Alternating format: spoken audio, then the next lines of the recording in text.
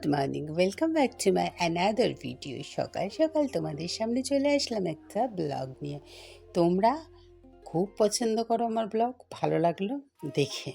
তো যাই হোক, সকাল সকাল গোপালাকে স্নান করিয়ে দিয়েছি।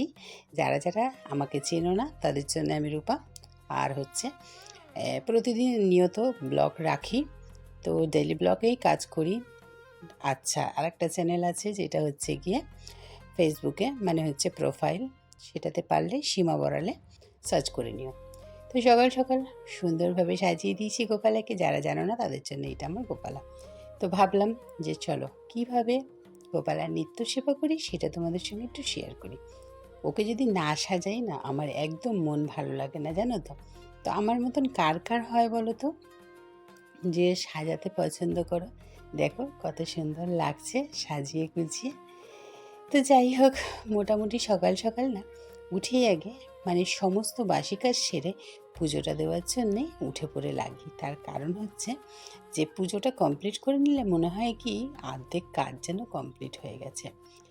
আর এইখানে দেখতে পাচ্ছি ওইটা হচ্ছে গোপালের আলমারি, একদিন দেখাবো অন্য সময়। তো সকালবেলা একটু ব্যস্ততার মধ্যেই থাকি বলে যতটা তাড়াতাড়ি সম্ভব হয় পুজো পার্বণটা কমপ্লিট করে চলে আসি কিচেনে।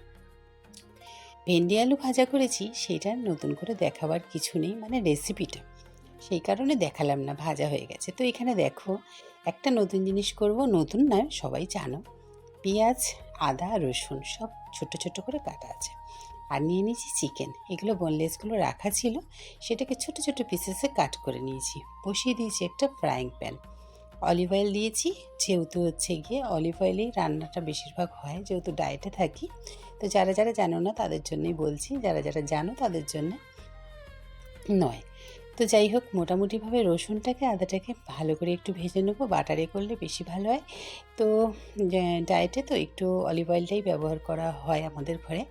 তো যাই হোক, মোটামুটি বাটারও ব্যবহার করি, সবসময় যে করি না তা নয়, মানে সব কিছু মিলিয়ে গুছিয়ে আর কি। বুঝতেই পারছো, আমাদের যখন ওজনটা একটু কম হয়ে যায় তখন হচ্ছে গিয়ে আবার একটুখানি খাওয়া দাওয়া করি, আবার হচ্ছে মানে মোটামুটি সব কিছুই করি।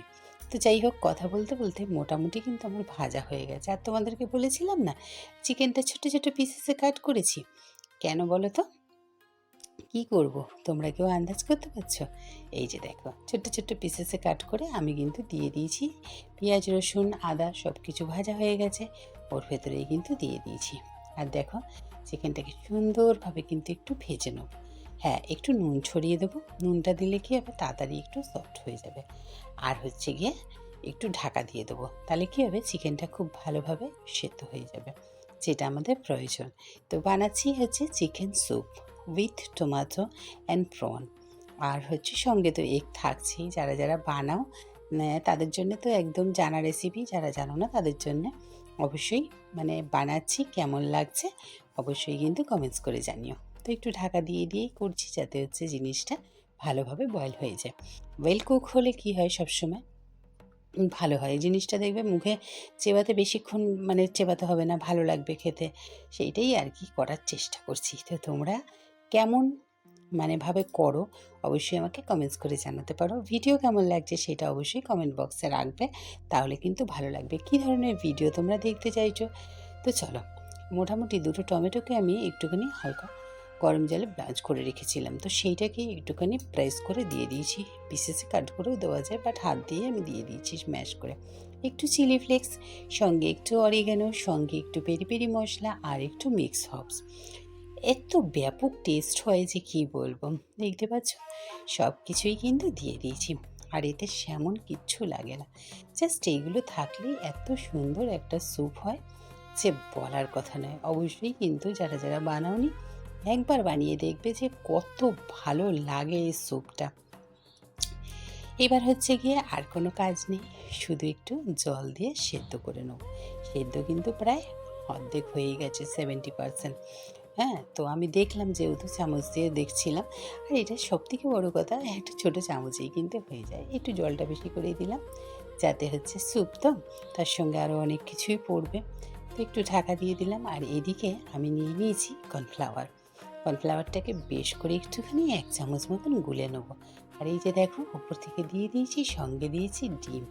ডিমটাকে দিয়ে নাড়াচাড়া করার কিন্তু একটুও কোনো প্রয়োজন নেই। খুব সুন্দরভাবে একা একাই কিন্তু ডিমগুলো ছেড়ে যাবে। কেমন লাগছে আমার স্যুপটা দেখতে? অবশ্যই কিন্তু আমার স্যুপ না, chicken soup with tomato prawn. কেমন লাগছে অবশ্যই কিন্তু জানিও। তো এটা বানিয়েছিলাম মেয়ের জন্যে, আমার জন্যে, আর এদিকে তোমাদের দাদাভাইয়ের জন্য বানিয়েছি ঘুগনি। তো মটরটাকে সেদ্ধ করে রেখেছিলাম নুন আর হলুদ দিয়ে, আর এইদিকে নুন হলুদ দিয়ে সেদ্ধ মানে ঘুগনি কিন্তু রেডি, কি বলো? কড়াইটা বসিয়ে দিয়েছি আর নিয়ে নিয়েছি আমি তেল। এটা করেছি সর্ষের তেলে, আর এদিকে দিয়ে দিয়েছি জিরে ফোড়ন, সঙ্গে রয়েছে একটু গোটা গরম মশলা। গোটা গরম মশলা দিলে কি হয়, একটু ভালো লাগে, স্মেলটা ভালো আসে। আদা রসুনের পেস্ট দিয়েছি, সঙ্গে একটু টমেটো, আর দিয়ে একদম ঘুগনি কিন্তু রেডি হয়ে গেছে। ওপর থেকে একটু ছড়িয়ে দিয়েছি ভাজা মশলা। কেমন হলো অবশ্যই জানাতে ভুলো না। চলো টাটা, আবার দেখা।